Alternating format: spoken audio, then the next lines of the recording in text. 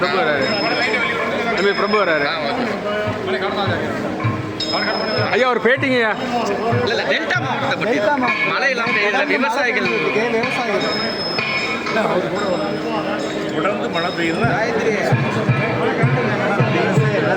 விவசாயம் பாதிக்காமல் இருந்தால் ஆனால் என்ன இயற்கை நம்ம ஒன்றும் பண்ண முடியாது.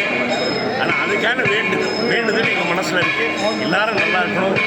தம்பதிகள் இங்கே வந்திருக்கோம். சிவா வீட்டு கல்யாணம், அம்மா கிரியேஷன் சிவா வீட்டு கல்யாணம், ஐயா கூட வந்திருக்கேன். எல்லாரும் நல்லா இருக்கும். தஞ்சாவூர் என் ஊர், எப்பவுமே தஞ்சாவூர் சேர்ப்பாக இருக்கணுங்கிறது தான் என்னோட.